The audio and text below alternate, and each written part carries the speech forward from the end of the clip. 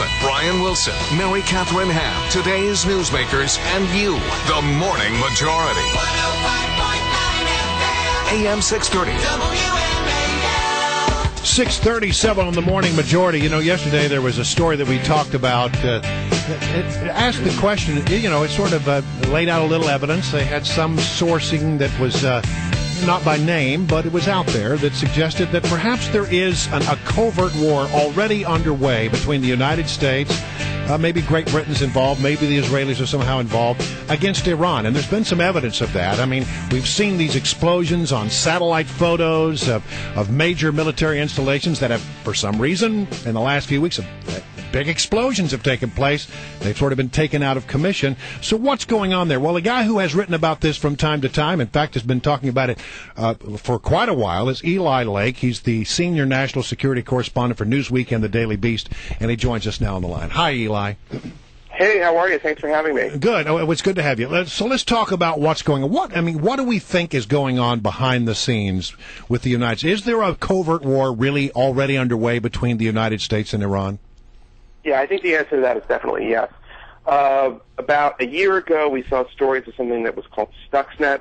It was a piece of computer malware that was likely brought into the Iranian centrifuges through thumb drives that affected the rate at which the centrifuges and Natanz and other parts of their nuclear program were spinning. And it was fairly clever because it knew to attack the logic board that was produced by a German company called Siemens inside the Natanz plant.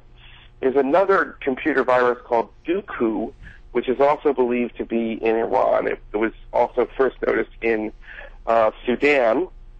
And so that's a form of cyber attack that looks definitely to be the work of the Israelis and the Americans against the Iranians.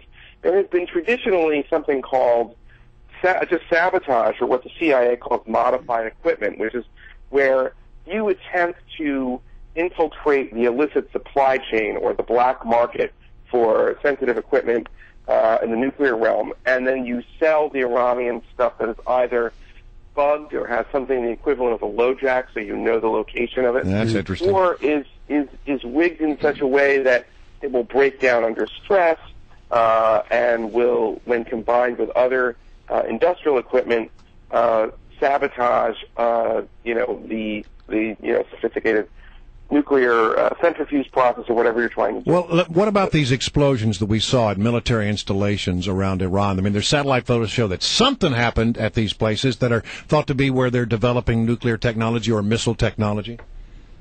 Well, I mean, this is very interesting.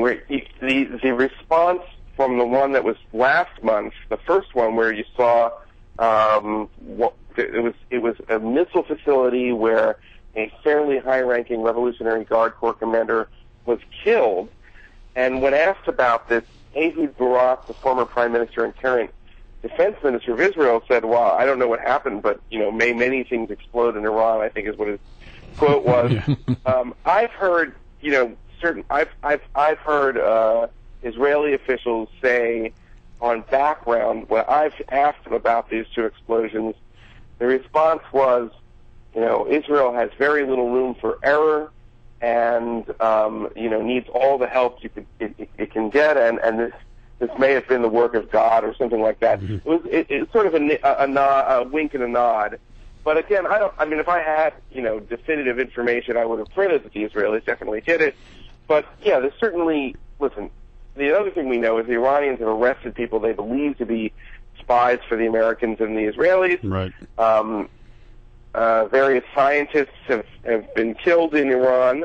And I think that is all part of a kind of covert effort to stop the Iranian nuclear program. All right, so how are we doing? It sounds like we're doing okay in this secret war so far. Is it more effective this way than it would be to just bombing sites where we think they're building nuclear material or they have nuclear material? Well, that's the interesting thing is that, one of the reasons why covert action against Iran is somewhat desirable is because if there was a military attack on Iran's facilities, it would force the Iranians to respond. Sure.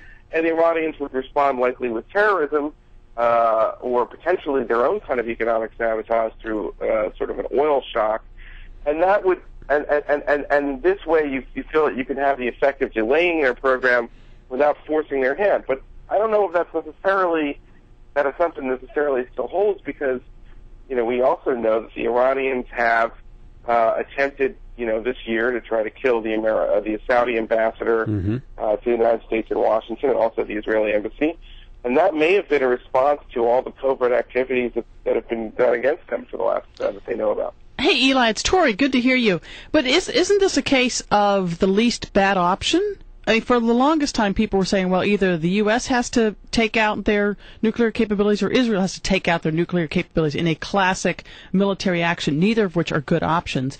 So this, although I know some people get very excited, covert war, secret war, those sorts of words, isn't this the best way to deal with a really difficult situation?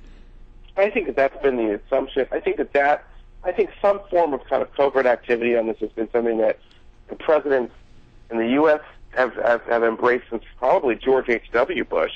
And certainly the Israelis have been very active in this, probably at least in terms of modified equipment and industrial sabotage since the 1990s. And you're right, there is a sense that it's the least bad option. I think that the one problem with it, though, is that it's very difficult to figure out how effective it is. Right. Because there may be other facilities that you don't necessarily know about, and, it kind of works until it doesn't work. And again, it looks like the Iranians feel that they can respond in kind. I'd say that the Iranians have also been responsible for their own clandestine efforts against the United States. Providing terrorist groups in Iraq and Afghanistan with IEDs that kill American soldiers, and all kinds of other support for terrorist groups in the Middle East to attack Israel.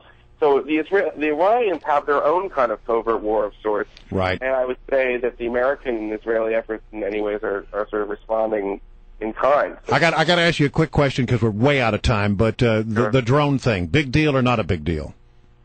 Say that one more time. The drone that has apparently been captured by the Iranians, big deal or not a big deal? Potentially a very, very big deal. I don't know that the Iranians have shot it down. In fact, I've heard they haven't shot it down. But that it is a big deal because the Iranians don't have much of a drone program. But if they show that stuff to China, as the Pakistanis showed parts of the stealth helicopter that crashed in the bin Laden operation to the Chinese, that is a major problem because the Chinese do have a very sophisticated program, and they want to learn as much as they can about the skin of these kinds of aircraft and the stealth technology the United States has. All right, Eli. Great to have you on, as always. We appreciate very